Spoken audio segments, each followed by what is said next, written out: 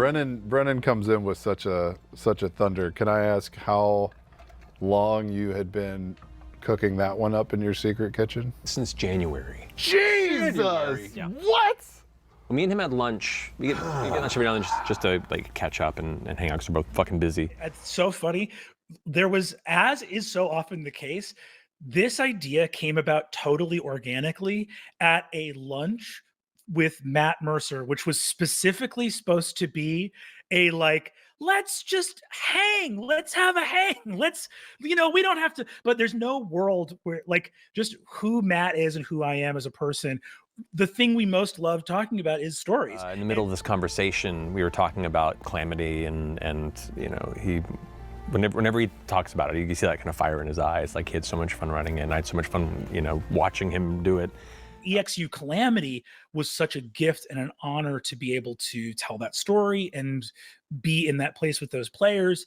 And so in talking, somehow Calamity came up. And I mentioned, are there other stories in the Calamity era that you want to explore? And he was like, well, I mean, Aeor is something that's something I think would be a lot of fun to do. It all began with a conversation around Aeor with this line of text that was, the betrayer gods and the prime deities halted their war in order to strike down the city of Aeor, which was developing a weapon capable of killing the gods. Now that's a single sentence.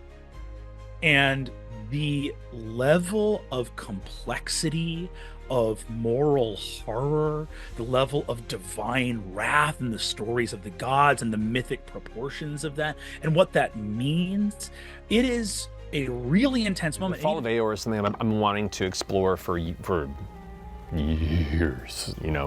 since I first touched on it in the early lore, when I was like building larger Exandrian history. This is back in Campaign 1 stuff. I've been wanting to come back and touch more on that. And because obviously we've seen a ton of Aeor, not only in Campaign 3, but so much of Campaign 2, our initial descent into Aeor, and the story of Factorum Malleus, the sort of the weaponry that was created, Aeor rising up against the gods. It's a very classic tale. And I was like, well, interestingly enough, there may be an opportunity in the campaign with the themes that we're exploring that ties into that I was going to possibly explore in a small way, but if you're interested, we can explore it in a much bigger way. And so in just shooting the shit, this idea percolated up. And after what Brennan did with Calamity, I was like, I actually I think I want somebody else to do this. Wow. Like I could do it, but I love being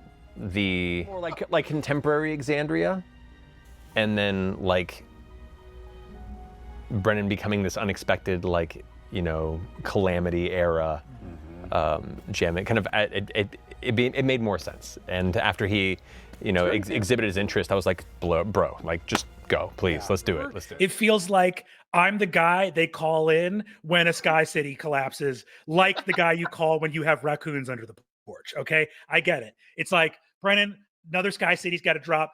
Get in here. And so that's where we started talking about it. Instead of doing like me doing a little montage of information, to actually have it be like a mini-series within the main campaign that is experienced by the party. And so that was kind of where we started talking about it then. All of Downfall can really be understood as a moment or chapter shown through the image of the past, shown through this sort of like recording deep in the heart of fallen Aeor.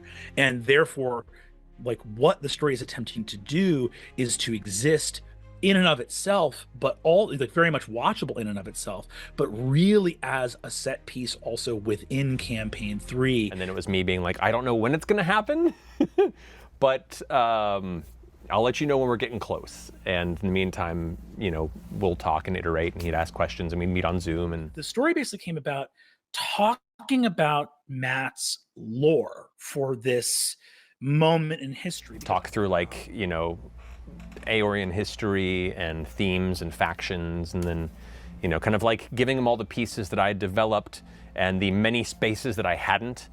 And then, letting him kind of run and build. Matt's world and me going into that world and saying, can I build something here so that it turns the story in this direction? Can I build another thing here that serves as an obstacle to our player characters? So a lot of it is like going into the sandbox. It's almost like going into a sandbox and creating the toys that you're going to play with there. And Danny's been wonderful, like working with both of us and kind of keeping all that thread together as well. So thank you, Danny. You're the best.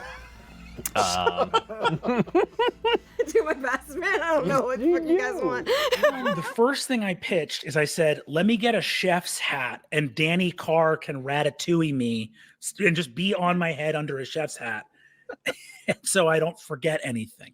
And they struck that down. They said, no, we can't do that. But yeah, so we just kind of like throw things at each other in the months until we start getting close to it. And being a guest in Matt's world is such an incredible gift and honor. Exandria and its lore are so impossibly rich and textured and amazing. And I'm super excited. There's nobody else I trust more with the story. Brennan does such an incredible job, and what we've been developing and what he's been developing is incredible. I am confident and scared and excited for all of you to check it out.